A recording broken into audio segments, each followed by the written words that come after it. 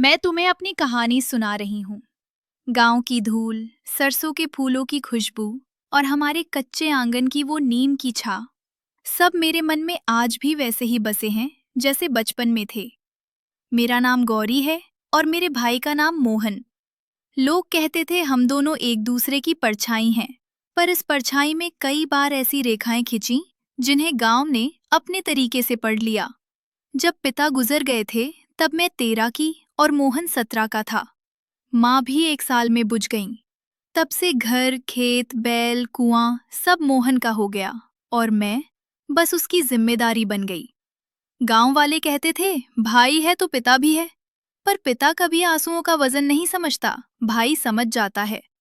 मोहन जब पहली बार शहर से कमाकर लौटा तो मेरे लिए चूड़ियां लाया, लाल हरी कांच की। मेरी कलाई पर पहनाते समय उसकी उंगलियां कांपी थीं।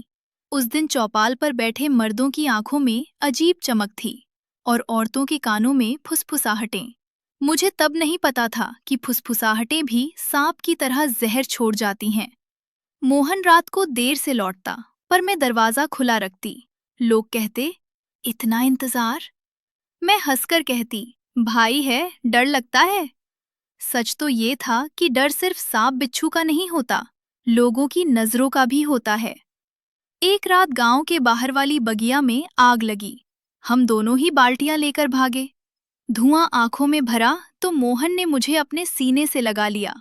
गांव ने बस वो एक पल देखा, बाकी धुआं उन्होंने नहीं देखा जो हमें सांस नहीं लेने दे रहा था। अगले दिन बाबरी मौसी आईं, पलंग पर बैठकर बोलीं, गौरी, अब तू बड़ी हो गई है। मैंने पूछा, तो? वो बोली, तो अब अपने घर का इंतजाम रख। मैं समझ गई, वे मुझे भेज देना चाहती थीं। मैंने मोहन को देखा, उसने एक शब्द नहीं कहा, बस मेरी आंखों में देखा, जैसे कुएं में उतरने से पहले रस्सी देखी जाती है, मजबूत है या नहीं।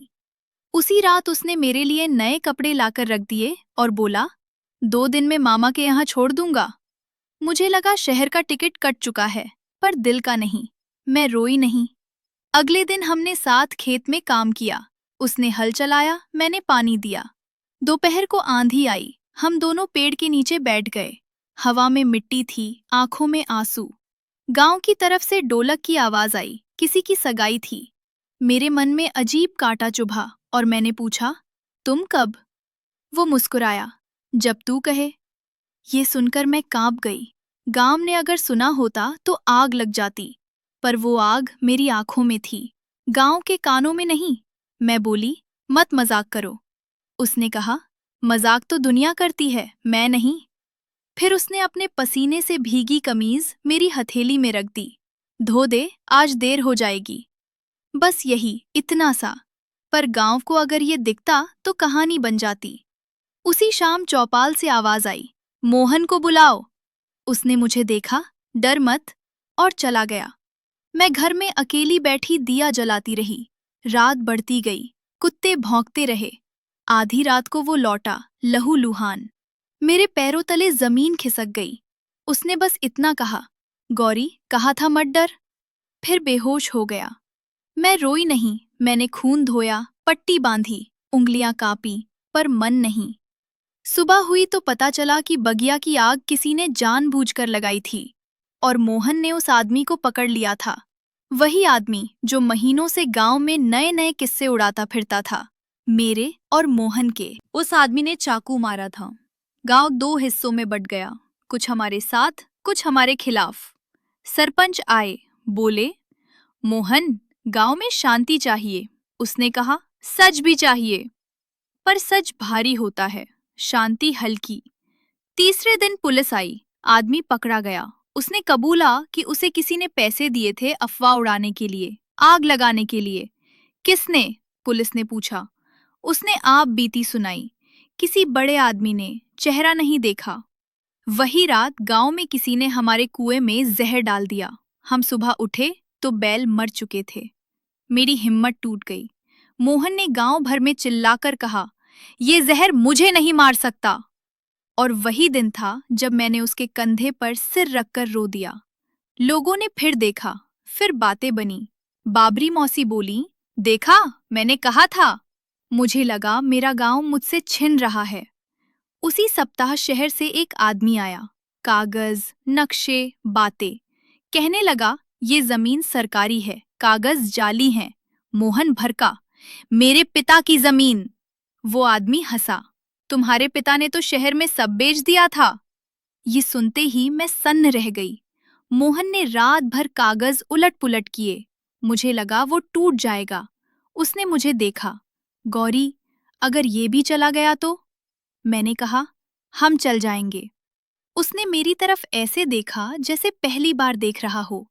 लोग अगर उस नजर को पढ़ लेते तो फिर गलत पढ़ लेते।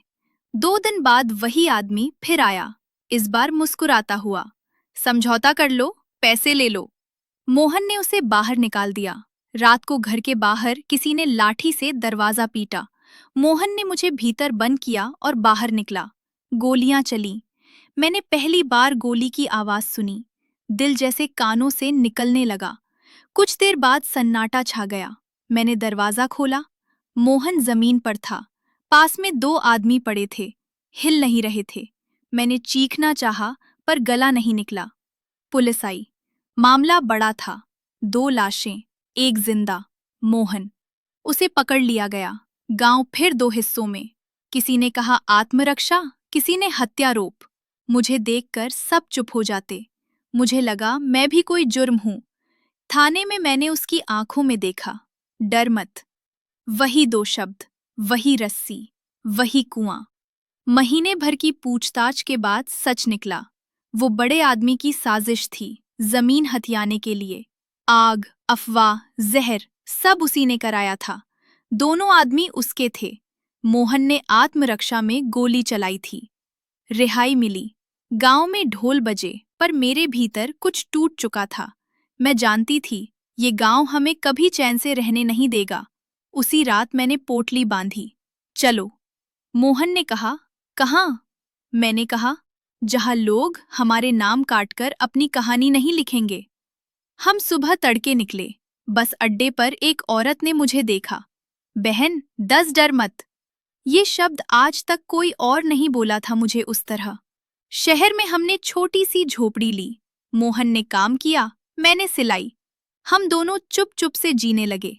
फिर एक दिन वो बड़ा आदमी खबरों में आया, घोटाले में पकड़ा गया। उसकी फोटो देखी, मेरे हाथ कांप गए। वही चेहरा जो कभी हमारे घर चाय पीने आया था। बोला था, तुम दोनों एक दूसरे का कितना ख्याल रखते हो। उस दिन मुझे समझ आया, दोष नजरों का नहीं, हाथों का होता है। उसने हमारे रिश्ते को हथियार बनाया। मुझे गुस्सा आया, पर राहत भी। फिर एक शाम मोहन देर से लौटा। उसके हाथ में एक फाइल थी। गौरी, ये जमीन हमारी है।